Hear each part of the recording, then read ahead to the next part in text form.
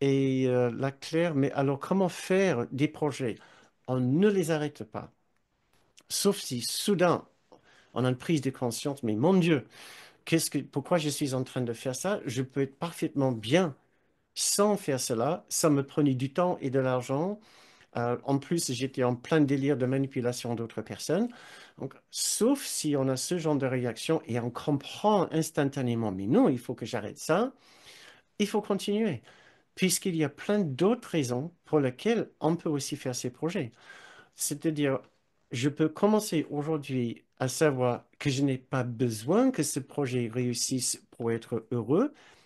Je peux prendre plaisir à le mettre en place, surtout si le bonheur d'autres personnes, je vais revenir sur ça, est concerné, si le bienfait d'autres personnes est concerné. Si je pense que ce projet peut être bénéfique sur d'autres plans, je continue. Si ce projet est démuni, totalement démuni de bienfaits en dehors de mon plaisir personnel, qui est un plaisir que je ne veux plus entretenir, effectivement, je peux laisser tomber. Mais normalement, nous continuons puisque, comme nous lisons dans les, euh, dans les premiers principes des miracles, dans le premier chapitre, première section, premier chapitre, il n'y a pas d'ordre de difficulté de miracle, il n'y a pas d'hierarchie d'illusion. Donc, avec ces deux principes, nous comprenons que tout peut être un moyen de communiquer la vérité de l'amour et de la paix, toute situation. Nous lisons aussi dans le cours, toutes choses sont les leçons que Dieu voudrait que j'apprenne, toutes choses sont les échos de la voix de Dieu. Donc, toutes choses, que ce soit un projet qui est à l'origine était destiné purement à mon plaisir personnel, euh, il n'y a pas de mal à continuer si nous pouvons changer l'orientation. Le cours dit, nous lisons dans le cours, le Saint-Esprit ne nous enlève pas nos relations particulières, très très importantes. Sinon, on va avoir trop peur.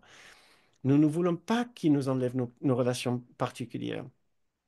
Nous lisons dans la même phrase, il va simplement changer notre interprétation, notre façon d'être avec ces relations, notre vision, notre perception de ces relations.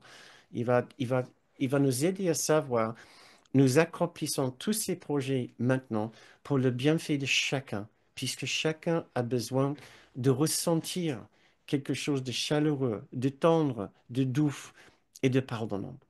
Alors, ça peut être les raisons maintenant pour lesquelles nous entreprenons nos projets. Euh, ok, Loïc, merci.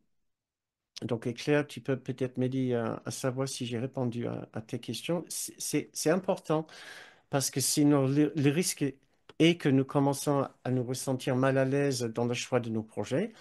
Euh, et même si nous avons trop peur de lâcher prise d'un projet, et que nous savons est destiné uniquement à notre satisfaction personnelle, ce n'est pas grave.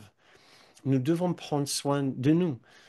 Si je dis j'ai absolument besoin d'aller à la mer ce week-end, c'est purement pour mon plaisir, mais je dois le faire pour échapper, je ne sais pas quelle situation.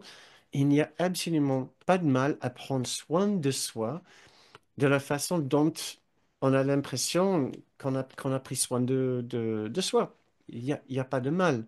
On a besoin aussi du répit dans le monde de la séparation. Euh, il faut juste éviter de se faire mal et de faire mal à d'autres personnes. Voilà, ça c'est les seules consignes au niveau du comportement. Parce que le cours nous met en garde, surtout Kenneth nous met en garde contre les conseils basés dans le comportement, les conseils de comportement. Parce qu'on ne peut jamais savoir pour telle ou telle personne comment il doit se comporter, quel comportement il doit adopter, ce qu'il doit faire. On ne peut jamais savoir. Parce qu'on ne sait pas comment il est guidé dans sa situation spécifique et comment ce qu'il fait va impacter d'autres personnes, il va avoir besoin d'avoir un impact sur d'autres personnes. On ne peut pas savoir toutes ces différentes choses.